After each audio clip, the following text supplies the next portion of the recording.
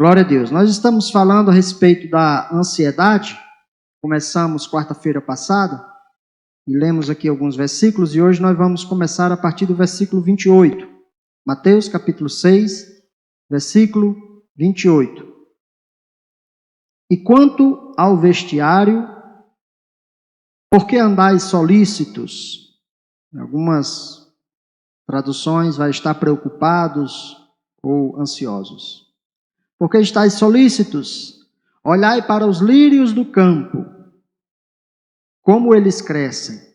Não trabalham nem fiam. E eu vos digo que nem mesmo Salomão, em toda a sua glória, se vestiu como qualquer um deles. Louvado seja Deus. Irmãos, esse versículo, quando Jesus ele prega sobre questões que são, muitas vezes nós usamos de tanto argumento para nos desculpar, porque nós precisamos realmente. Se a gente não comer, a gente morre, né? E se a gente não beber, a gente morre. Então, é como se Jesus estivesse dizendo para a gente não se preocupar com uma coisa que é tão essencial para nós. Só que Jesus ele tenta falar tão profundamente a nossa mente, a nossa fraqueza, que ele faz umas comparações, como a gente já falou quarta-feira passada. Você se preocupa, por mais que você se preocupe, por mais que você viva até sem dormir de tanta preocupação, você não consegue aumentar um côvado na sua estatura. Jesus está dizendo aqui, olhe, preste atenção aos lírios do campo, né? Os lírios do campo é uma flor, né? É algo que cresce e que dá as flores mais lindas que existe. Coisa que você vê assim, você fica, meu Deus, como é lindo, parece um paraíso, que lugar maravilhoso, né? A natureza, ela transmite para nós essa sensação de algo sobrenatural, de algo divino, né? É uma coisa assim maravilhosa. Quem já subiu aí numa serra bem alta e vê assim a imensidão, e vê assim a grandeza, o verde, o colorido da natureza, você fica assim, você imagine isso, irmãos, o paraíso de Deus, você imagine isso, o Éden de Deus. Então Jesus diz aqui que Jesus vai fazer essa comparação para que a gente caia na real a respeito das nossas vãs preocupações. É como se Jesus estivesse usando uma bazuca, como se Jesus estivesse usando um canhão para matar uma mosca. Ele faz esse exagero na sua forma de ensinar, para que você veja que é tão inútil você viver angustiado, ansioso, preocupado. E ele diz aqui, olha, você se preocupa com o que você veste. As pessoas vivem em função, às vezes, das vestimentas, como já falou também do alimento e da bebida. E a pessoa trabalha em prol disso. E veja que, se você olhar para os lírios dos campos, que eles, na verdade, parecem tão insignificantes, mas são tão lindos, são tão maravilhosos, que nem mesmo Salomão, em toda a sua glória, se vestiu como qualquer um deles. Veja que Salomão, ele foi considerado, né, o rei mais rico da história. E os outros reis de outras nações, também muito ricas, vinham até o reino de Salomão, ao palácio de Salomão, para ver a grandiosidade da forma como ele se vestia. E ele diz que Salomão não se vestiu tão gloriosamente quanto um lírio do campo. Olha aí que maravilha. Amém? Ou seja, a sua roupa de marca não chega nem aos pés de Salomão, das que Salomão vestia. A roupa que a gente se esforça para comprar em 10, 20 pagamentos, muita gente aí vive com cartão estourado, né? De tanto comprar roupa e calçado.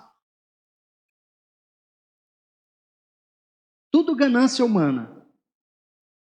Porque você só precisa de uma roupa, né? Para se vestir. Mas a gente tem 10, tem 20. Aliás, a gente perde a conta. O guarda-roupa fica lá estufado de tanta roupa. E a gente quer mais. E é interessante isso. Que quanto mais a pessoa tem, mais ela quer. Se ela tiver 20, ela quer 30. E agora ainda está pior. Porque as pessoas tiram a foto e não quer repetir a foto com a mesma roupa. Aí vira aquele ciclo vicioso, aquela bola de neve sem fim. Ah, eu já tirei a foto com essa roupa, não posso tirar outra. A pessoa coloca isso na cabeça. Isso cria um estilo de vida reprovável diante de Deus. Você não vai chegar aos pés de Salomão, assim como Salomão não chegou aos pés dos lírios do campo. É isso que Jesus está dizendo. Então não corra tanto atrás dessas coisas que são inúteis. Viva só com o que é necessário. Se contente com o que você tem, se contente com o necessário. Não se preocupe tanto com o absurdo, que é isso que a preocupação traz para as pessoas. Muitas das pessoas vivem preocupadas com coisas absurdas. Olha a angústia do ser humano hoje, porque ele quer ter mais do que o necessário, porque ele quer ter mais do que o outro, porque ele quer parecer melhor do que o outro, ou parecer ter mais do que o outro. Isso faz com que o ser humano viva com o coração doente. As pessoas de hoje, elas vivem buscando algo inatingível. Se o rei mais rico do mundo não se vestiu como os simples lírios, não vai ser a nossa ânsia, a nossa angústia, ou a nossa ansiedade, ou o nosso desejo pelas coisas que vai suprir isso em nós. Isso é tão provável que Salomão, no fim da sua vida, depois de ter provado de tudo, do bom e do melhor do mundo, que foi que ele disse? Eu vi que tudo isso é vaidade, que tudo isso é canseira, que tudo isso é enfado. O homem busca, o homem vai atrás, ele se esforça, ele dá o máximo, e no final das contas ele diz, tudo virou pó, tudo a traça corrói, tudo o ladrão leva, tudo se acaba, tudo vira em nada. Amém? Então Jesus continua dizendo, depois dele falar isso para as pessoas, porque ele estava falando para um grupo de pessoas que também gostavam muito de ostentar suas vestes, ostentar sua maneira de... o judeu, principalmente o religioso, ele gostava muito de andar direitinho, todo polidinho, todo bonitinho, todo limpinho, e aquelas roupas, aquelas indumentárias... Era normal da cultura da época, mas não é diferente para nós hoje. Aliás, para nós hoje ainda é pior ainda, Hoje nós vivemos numa sociedade muito mais consumista, claro, do que naquela época. E Jesus disse para eles, olha, vocês lutam por uma coisa, que vocês não vão atingir. Lutar por uma coisa que você não vai atingir é loucura, irmão. Buscar se saciar de uma coisa, de algo que você não vai atingir, é estupidez. Salomão quis ostentar tanto, mas não conseguiu chegar nem sequer a uma flor, a beleza de uma flor. Então nós não podemos ir por esse caminho. Aí no versículo 30 ele diz, porque se Deus assim veste as ervas do campo, que hoje existe e que amanhã é lançada no forno, não vos vestirá muito mais a vós, homens de pouca fé. Se Deus dá aos lírios do campo, as ervas, as flores que estão lá, e de tarde elas são jogadas no fogo, elas são tão lindas, tão maravilhosas, enchem os nossos olhos, e elas são jogadas no fogo. Parece que elas não têm importância, apesar da beleza. Isso nos faz refletir que muitas vezes aquilo que a gente acha tão belo, tão bonito, tão valioso, talvez não tenha tanto valor quanto parece. Talvez são coisas que vão virar cinza. São coisas que, na verdade, as chamas vão queimar, o tempo vai acabar. É isso que Jesus está dizendo aqui. E ele diz, olha, vocês só mostram uma coisa, que a fé de vocês é pequena, que vocês são homens de pouca fé. E a pior coisa que existe é nós nos colocarmos diante de Deus sem fé. A palavra de Deus diz que aquilo que não vem da fé é pecado. Aquilo que não vem da fé não agrada a Deus. Então nós dependemos de ter fé, nós dependemos de acreditar e de confiar em Deus para que nós estejamos agradando a Deus. Então quando nós ansiamos por uma coisa que Deus nos dá, por uma coisa que Deus nos supre, se Ele sustenta os pássaros, Ele sustentará você também. Se Ele veste os lírios do campo, Ele veste você também. Se Ele alimenta até mesmo as espécies que vivem no deserto, que passam um ano sem chover, Ele sustenta você também. É isso que Jesus está dizendo. Vocês têm pouca fé, porque você acha que não vai conseguir se vestir, você acha que não vai conseguir se alimentar, homens de pequena fé. Jesus chamou algumas vezes os seus discípulos de homens de pequena fé. Essa foi uma, por causa dos alimentos. A outra vez foi quando ele estava no meio da tempestade, e eles achavam que o barco ia afundar. E eles foram lá chamar Jesus, e Jesus disse: homens de pouca fé, vocês não creem não? Né? Vocês não... Ali com certeza Jesus não estava mandando eles.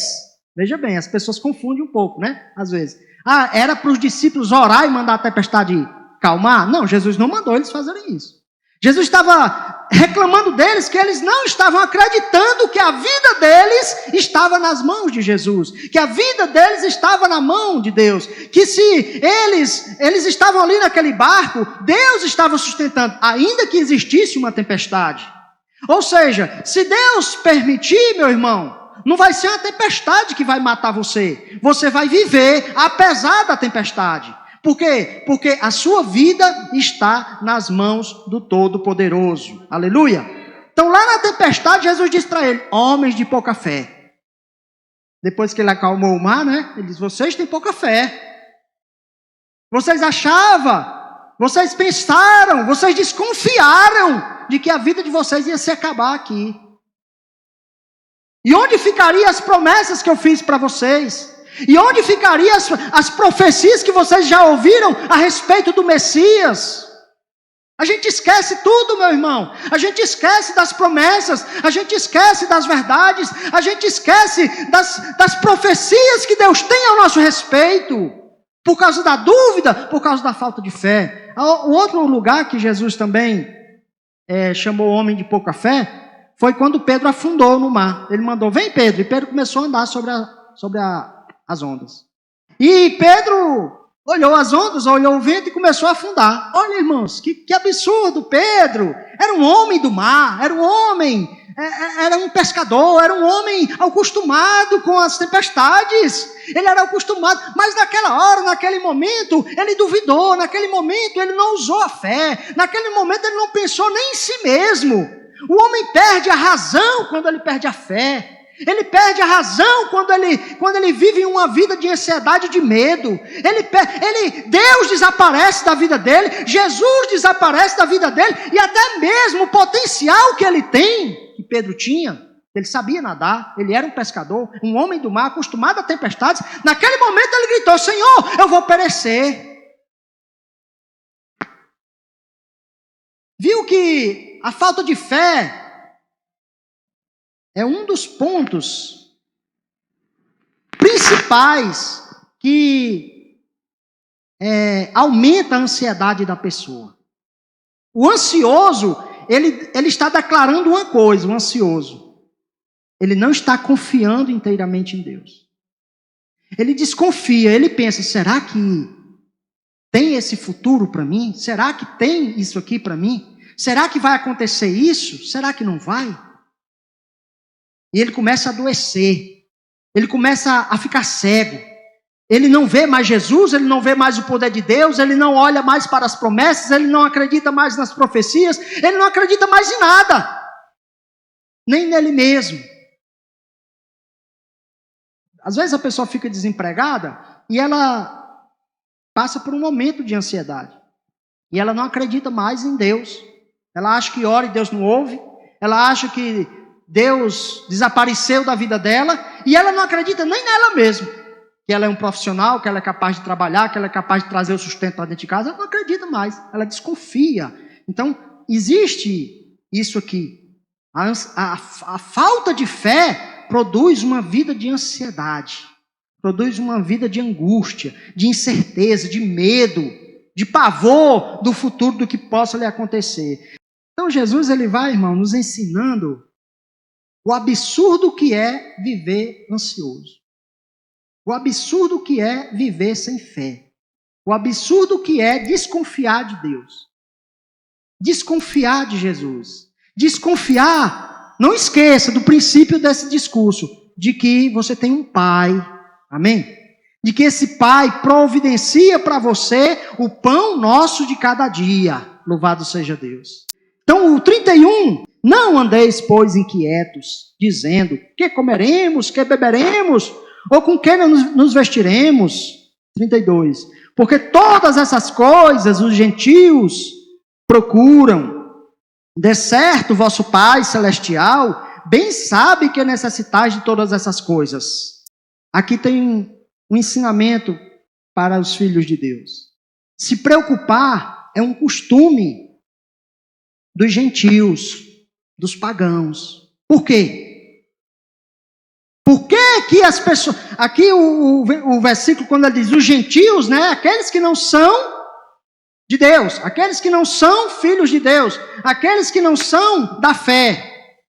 Aí ele diz, os gentios, os pagãos, eles procuram essas coisas, eles se preocupam com essas coisas. É costume deles viverem assim. Por quê? Porque eles não têm Deus. Eles não têm um pai. Eles não têm uma promessa, eles não têm a palavra. Eles não têm nada. Então, se eles não têm nada, eles têm que viver angustiados mesmo. Porque eles não sabem em quem buscar, eles não sabem em quem confiar, eles não sabem do seu futuro, eles não sabem de nada. Mas vocês não, vocês sabem o futuro de vocês, vocês sabem o que eu tenho para vocês, vocês sabem que eu sou o pai de vocês, vocês sabem tudo. Por que vocês andam ansiosos? Vocês estão agindo como os pagãos. E nós não fazemos isso, irmãos? Do jeito que o mundo age, a gente quer agir também. Os cristãos hoje vivem uma vida tão ansiosa, tão doente, quanto os pagãos. Eles vivem tão sem fé quanto os gentios. Os gentios têm um motivo, eles não têm Deus. Mas você, qual é o motivo? É a falta de fé, a falta de confiança, a falta de certeza, a falta de convicção da tua filiação, a convicção da tua paternidade. Você não vê isso, você não enxerga isso, você ficou cego para essas coisas. Então a pessoa tem a Bíblia, como os discípulos tinham, eles tinham a lei, eles tinham um conhecimento básico de Deus, mas agiam como os ímpios agem. Viviam como os pagãos viviam. O modelo de vida deles era mesmo. E a igreja, né, os evangélicos, os crentes de hoje, dos nossos dias, eles são iguais aos pagãos. As igrejas, muitas igrejas, esquecem de pregar toda a Bíblia, todo o Evangelho, para pregar só uma coisa, aquilo que satisfaça o homem, o ter. Qual a pregação que mais se ouve hoje? De prosperidade. Por quê? Porque é o que os homens mais buscam. Os homens mais buscam o quê? Estabilidade, prosperidade. O que os homens mais buscam? Eles buscam essas coisas. O mundo busca essas coisas, é natural do mundo buscar essas coisas. Aí, o crente traz a cultura do mundo para dentro da igreja. Aí vai falar só disso, vai viver só disso, pensar só nisso. A vida vive em função somente dessas coisas. Esquece de Deus, esquece da fé, esquece da palavra, vive em função apenas do agora, se esquecem do futuro, se esquece de que tem um céu, se esquece de que tem uma salvação. A pessoa vive apenas como os pagãos vivem, apenas para esta vida.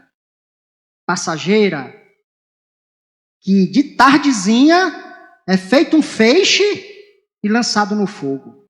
Mesmo que eles se vistam muito bem, mesmo que eles comam as melhores comidas, os melhores pratos, mesmo que eles bebam as melhores bebidas, mesmo que eles se fartem de tudo que você jamais terá condição de se fartar, eles vão ser jogados no fogo. Mas você não deve viver assim.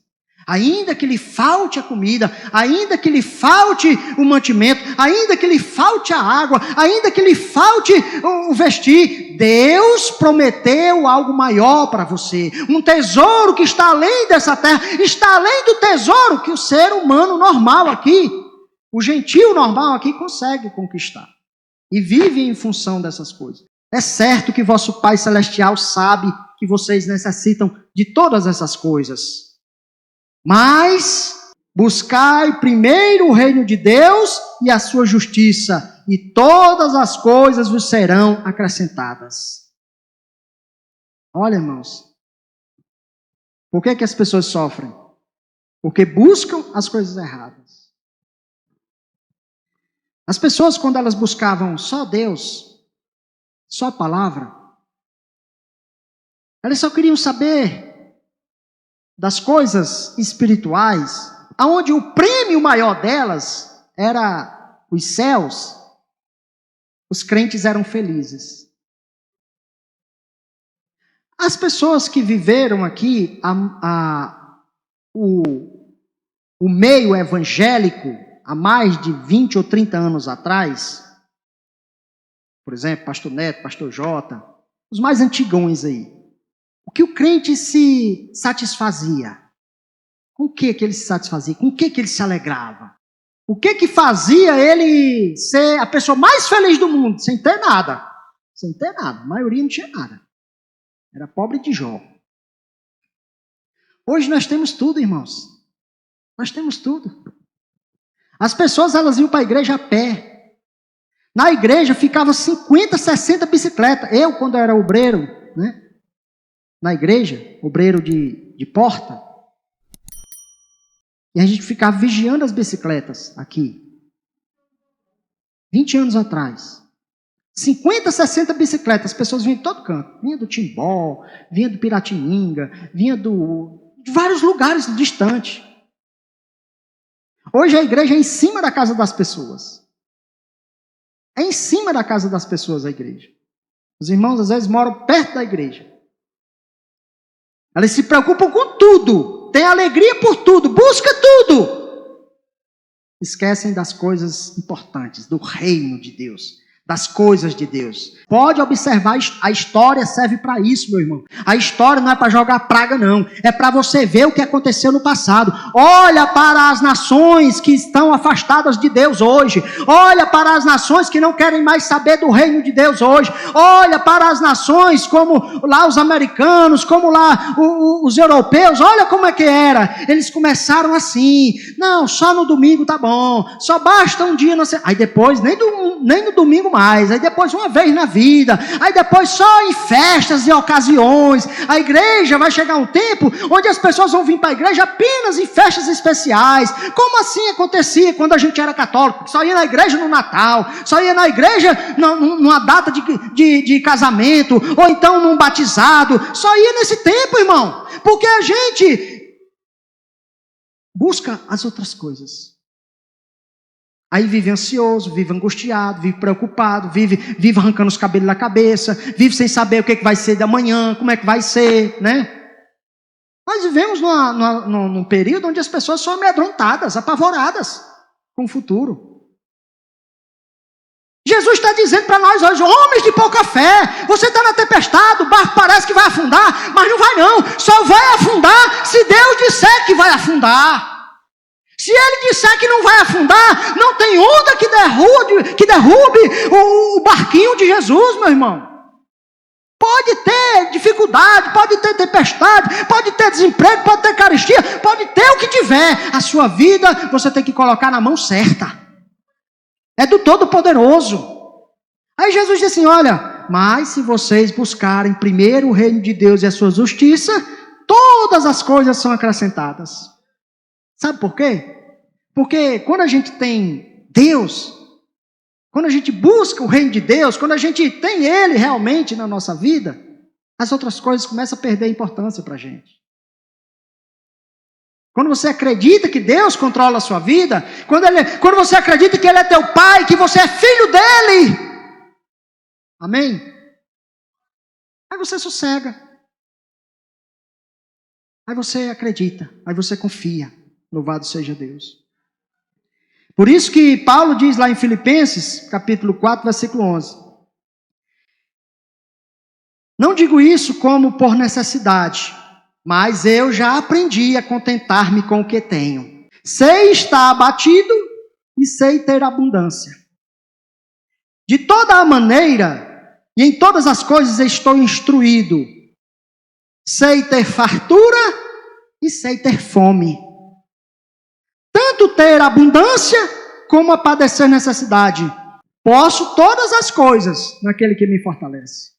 Se faltar, você tem que acreditar. Se tiver em abundância, você tem que acreditar. Você tem que confiar nesse Deus. A fé faz isso na pessoa. A fé, ela cura esses traumas da pessoa. As pessoas que vivem com ansiedade e que isso desenvolve às vezes para um mal pior, como uma fobia qualquer, ou como uma depressão, outros males que têm assolado a humanidade hoje, você conversa com ela e você não vê um motivo, às vezes, para a pessoa estar assim. Ela simplesmente está. Ela precisa descansar em Deus, confiar em Deus, acreditar em Deus. Que a vida dela, o ser dela pertence a Deus. Louvado seja o nome do Senhor.